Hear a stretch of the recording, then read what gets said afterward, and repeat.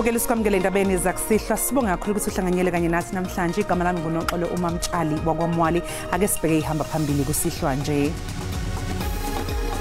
The ANC has finally run out of road and must now expose the dirty secrets it was so desperate to hide.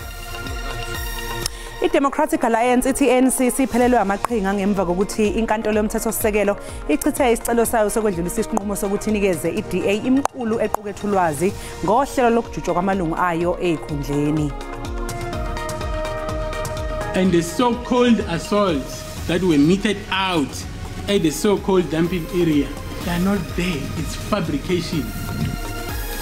Umbuso ecaleni lokubulawa kaSenzo Meyiwa ususole umsola wesibili uBongantanzi ngokwethula ubufakazi obushayisanayo einsolweni zakhe zokuthi washaywa amaphoyisa ukuze agcine evume icala.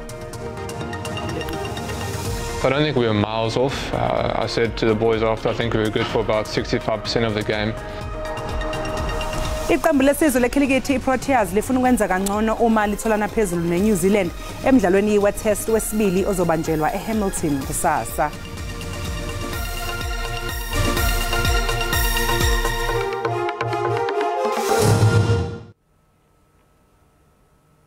I-Democratic Alliance ithi isinqumo sakamuva senkantolo yomthethosisekelo sisho ukunqoba okukhulu emlandweni wezomthetho kanye nombuso wentando yabantu eningizimu Afrika.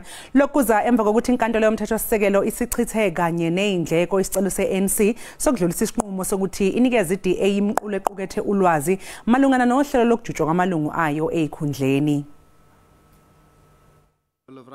Lesinqumo siza emva kokuthi i-ANC ifake isicelo enkantolo yomthethosisekelo emizamweni yayo yokugcina yokugodla imiqulu yokujutshwa kwamalungu ayo ezikhundleni zikahulumeni.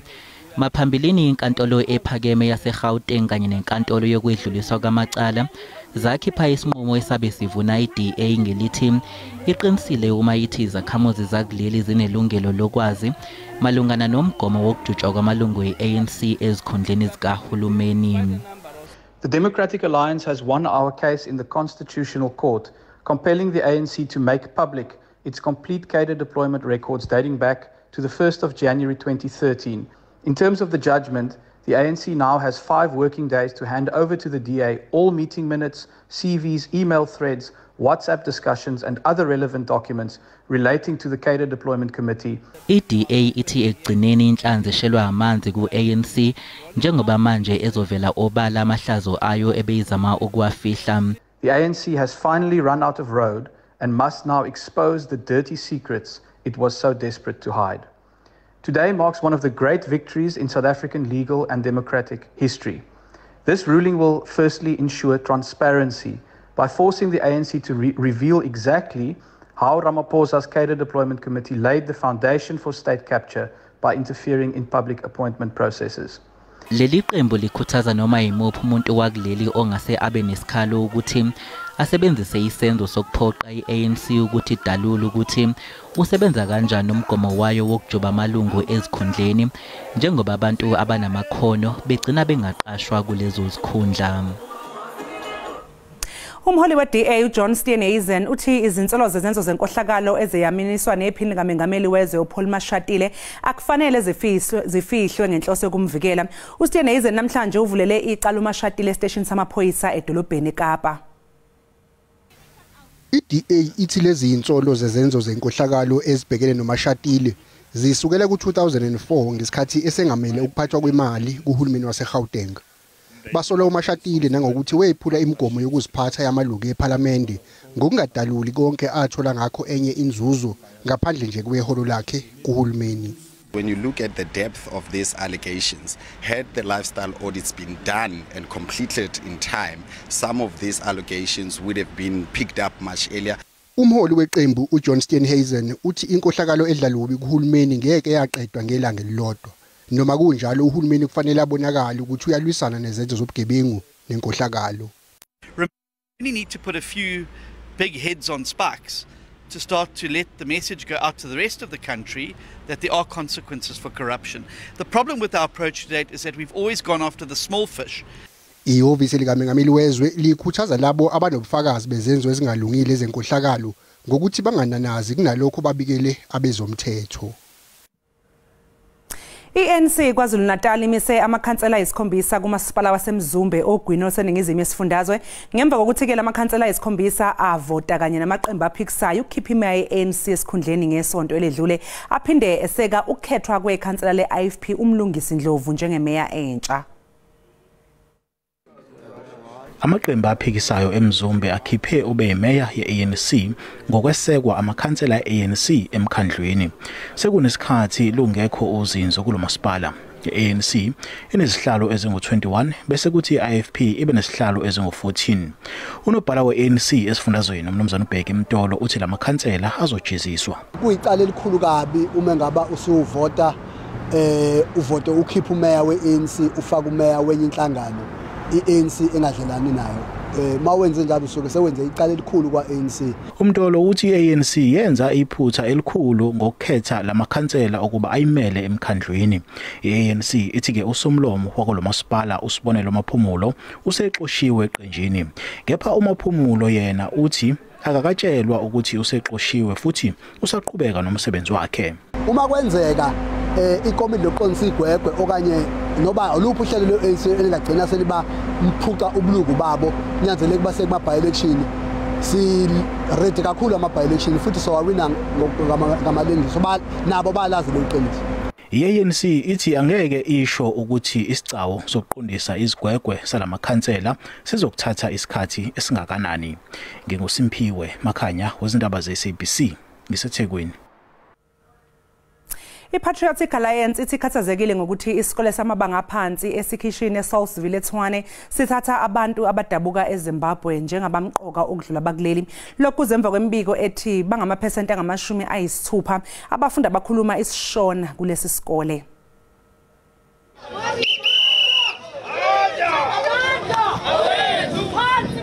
Inhlangano iPatriotic Alliance ibuthane ngaphandle kwesikole samabanga aphansi eSkhisini ePitoli ngenhloso ukubhekana nembiko ethi lesi sikole sibeka phambili abafundi abadabuka eZimbabwe bese beze ngemuva bakuleli. Are parents with young children who cannot be admitted to our schools because foreign nationals children have been accepted in the schools.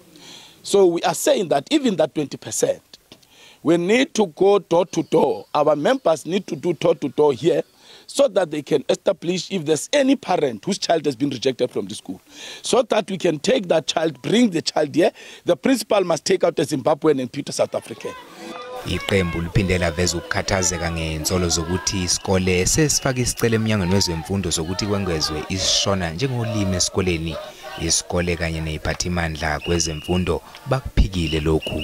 The department, we can confirm that the SGB of eSkhisini Primary School is indeed a Zimbabwean national. We can also inform that the Shona was not in the plans to be introduced at the school because there is no even application for the introduction of that language at the school. IPA imile kwelokuthi abantu baseningizimu Afrika kumele bebekwe eqhulwini njengoba kuyibona abakhokha intela.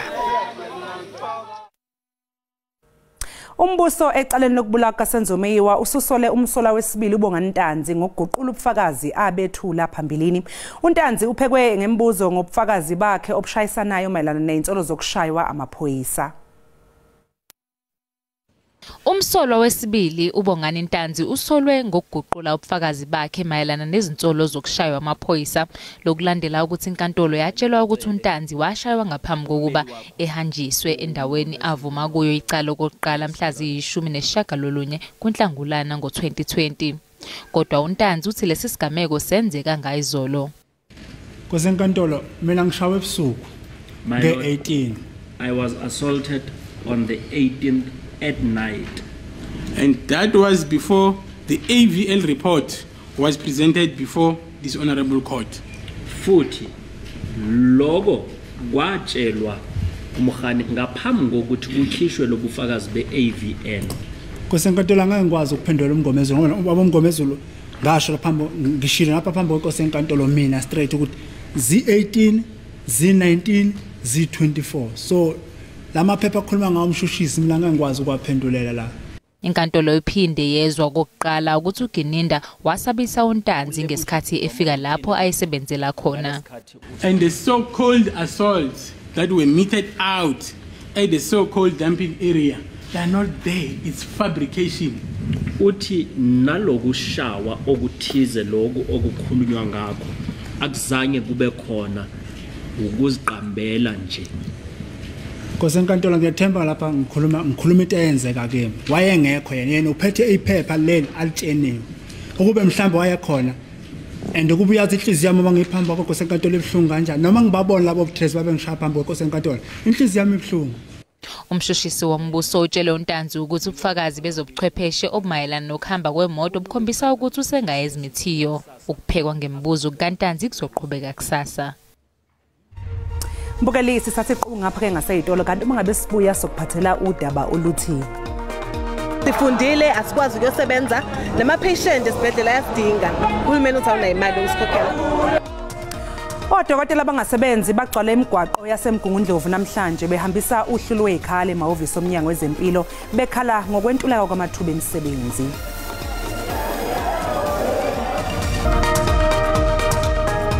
SABC News has signed a code of conduct that is enforced by the Broadcasting Complaints Commission of South Africa. Under the code, we are committed to broadcasting news that is accurate, comment that is fair, and programming that is not harmful to children, does not amount to hate speech, and contains no gratuitous violence or explicit sex. If you think we are not living up to that code, you may inform the Broadcasting Complaints Commission of South Africa. Direct any complaint to PO Box 412365, Craig Hall 2024, or send a fax to 011-326-3198 or email to bccsa@nabsa.co.za. For more information, please visit www.bccsa.co.za. I said to you, you booked him for 17 hours. You conducted that investigation more or less 3 to 4 hours, if I can give you that benefit. Now for a period of almost 10 to 12 hours, you were still with the accused. What investigations was that? Like I have already explained, there were other cases that we were following up, and I have already mentioned that there were such cases that were investigated. But I'm unable to tell the court about them because we are still continuing with the investigation. At the expense of the rights that are protecting accused number 2. No, I do not agree with you. We did not infringe on the accused rights.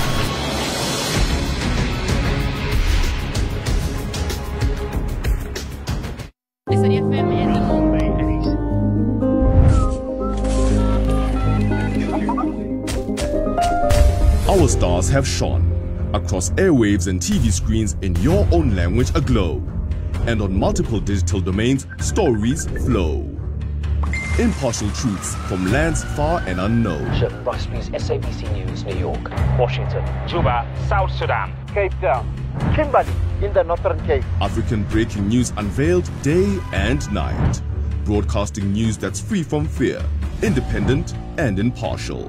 Getting to the heart of local news untold with every single hour stories unfold. SABC News, a pioneer boldly premier, consistently taking world news reporting to new heights. SABC News, independent, impartial.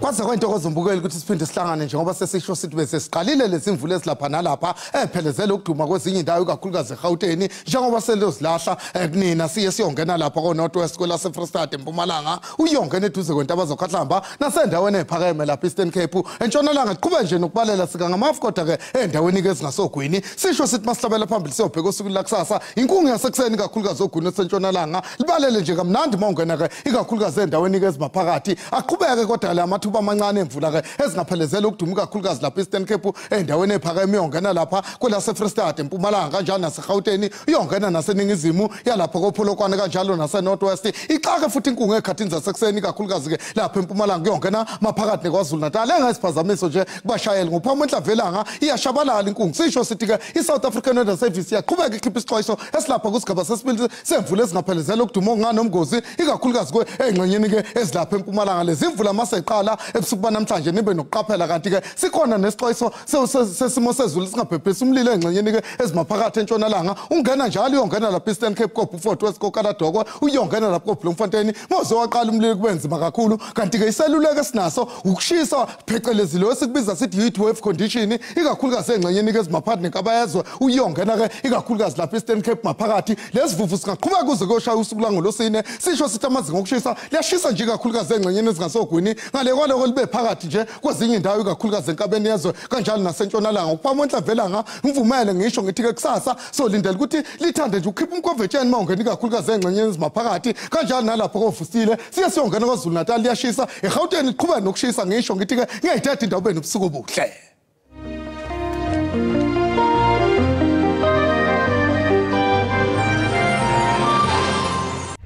Mbukelisi sibeka lapho ke izindaba zakusihlwa bakhona zakwethu kusasa neindaba zesiXhosa ube nje nobusuku obuhle mbukeli usale kahle.